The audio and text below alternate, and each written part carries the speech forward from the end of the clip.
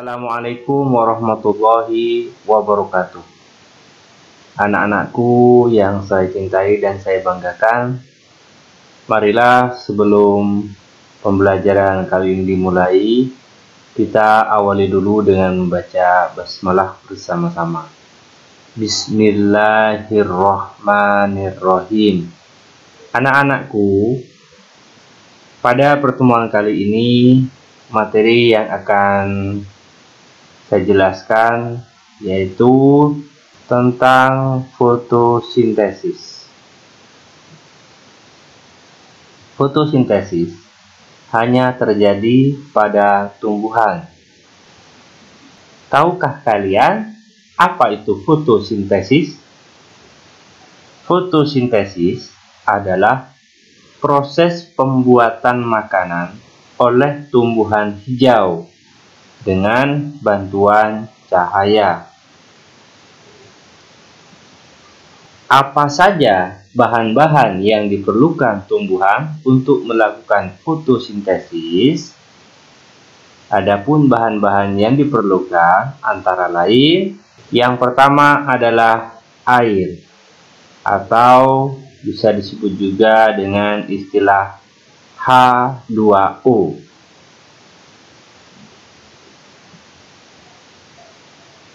Air diserap tumbuhan melalui akar. Jadi, yang bertugas menyerap air dari dalam tanah adalah akar. Yang kedua adalah karbon dioksida, atau ditulis dengan CO2.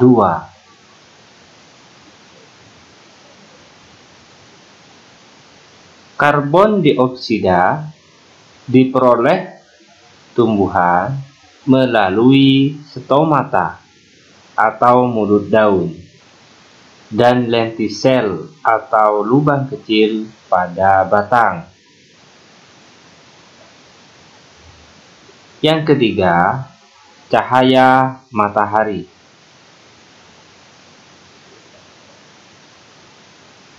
Matahari sumber energi utama di dunia.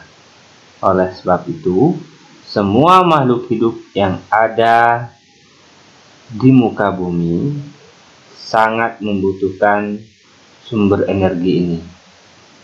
Jadi, kesimpulannya, bahan-bahan yang diperlukan tumbuhan untuk melakukan fotosintesis, yang pertama adalah air atau H2O, yang kedua karbon dioksida atau CO2, dan yang ketiga cahaya matahari. Mengapa fotosintesis hanya terjadi pada tumbuhan hijau saja? Alasannya, karena daun pada tumbuhan hijau memiliki klorofil atau zat hijau daun yang diperlukan untuk proses pembuatan makanan. Klorofil bertugas mengikat cahaya. Jadi, cahaya yang diperoleh oleh tumbuhan kemudian diikat oleh klorofil. Klorofil terdapat pada daun. Nah, ini contoh gambar daun pada tumbuhan hijau. Dan yang sebelah kanan, ini contoh klorofil yang terdapat pada daun.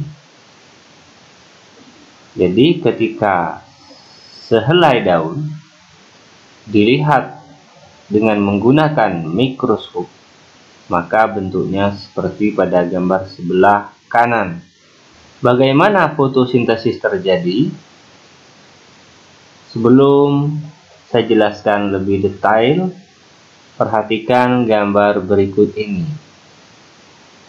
Jadi, tahapan-tahapan proses fotosintesis pada tumbuhan antara lain, yang pertama, karbon dioksida yang ada di sekitar tumbuhan langsung diserap melalui jaringan stomata yang ada di daun.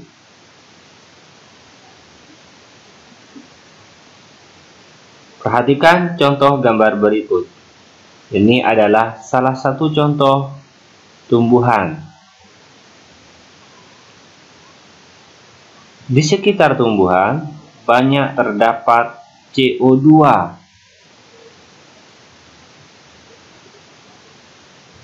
CO2 yang ada di sekitar tumbuhan tersebut kemudian diserap oleh daun pada tumbuhan tersebut.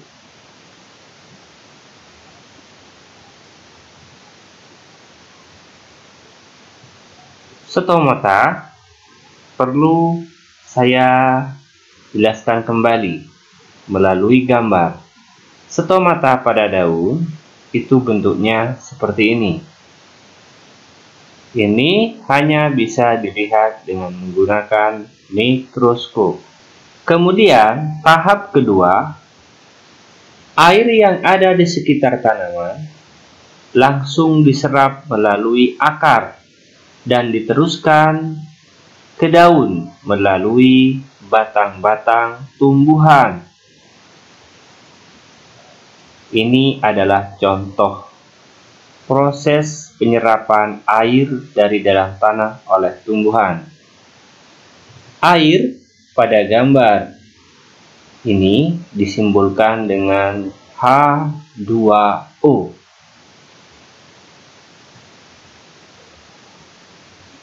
Ini adalah gambar animasi air yang ada di sekitar tumbuhan. Nah, kemudian air-air yang ada di sekitar tumbuhan diserap dengan menggunakan akar pada tumbuhan.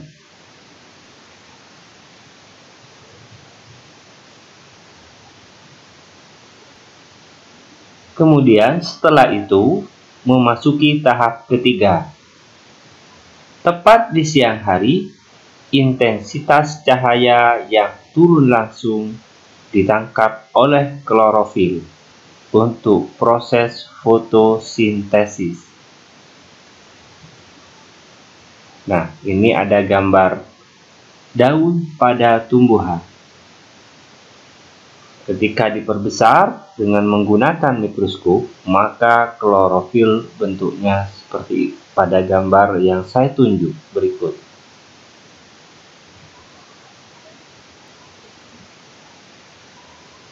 Ini merupakan animasi gambar sinar matahari. Sinar matahari yang terang diserap dengan baik oleh tumbuhan hijau. Kemudian cahaya tersebut diikat oleh klorofil.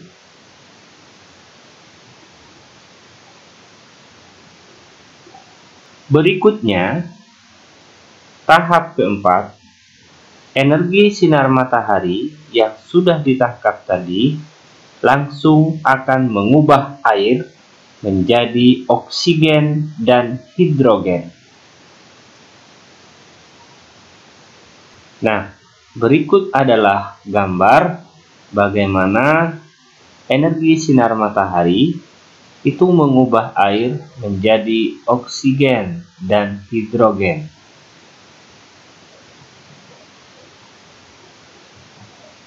Sinar matahari menyinari tumbuhan berikut.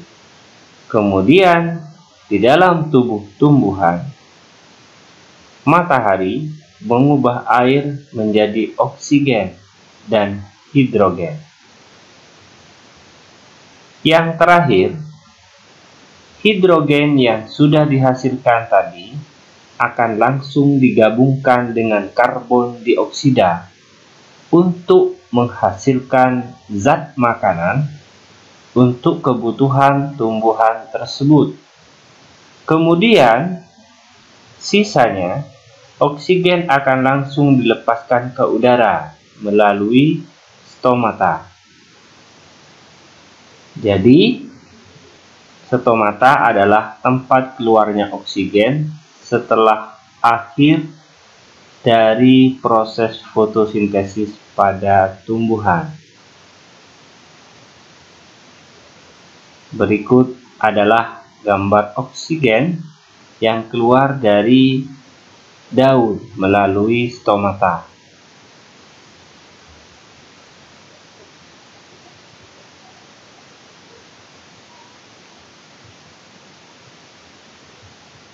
Jadi, jika dirumuskan dalam rumus kimia, proses fotosintesis adalah sebagai berikut. CO2 atau karbon dioksida ditambah H2O atau air dibantu oleh cahaya matahari yang diikat oleh klorofil, kemudian menghasilkan glukosa dan oksigen.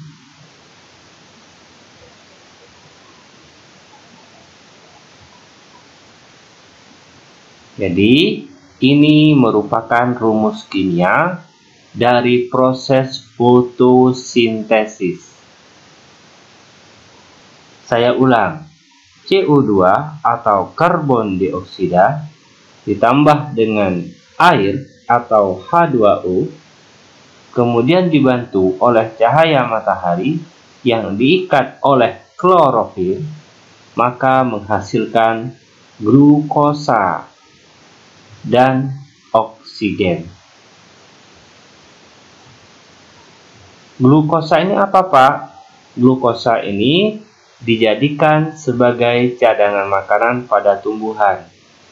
Nah, jelasnya, wujudnya yang bisa kita lihat pada tumbuhan adalah berupa buah. Buah itu terbentuk dari kumpulan beberapa glukosa yang dihasilkan tanaman dari proses fotosintesis. Selanjutnya, setelah kita mengetahui bagaimana proses fotosintesis itu terjadi, terus bagaimana cara menjaga tanah agar tetap subur dan dapat menyediakan unsur hara yang dibutuhkan tumbuhan, adapun caranya yaitu bisa menambahkan pupuk, sehingga jika tanahnya subur, maka tumbuhan dapat berkembang biak dan melakukan fotosintesis dengan baik. Sampai di sini dulu materi tentang fotosintesis. Nanti akan berlanjut pada video pembelajaran berikutnya. Terima kasih dari saya. Assalamualaikum warahmatullahi wabarakatuh.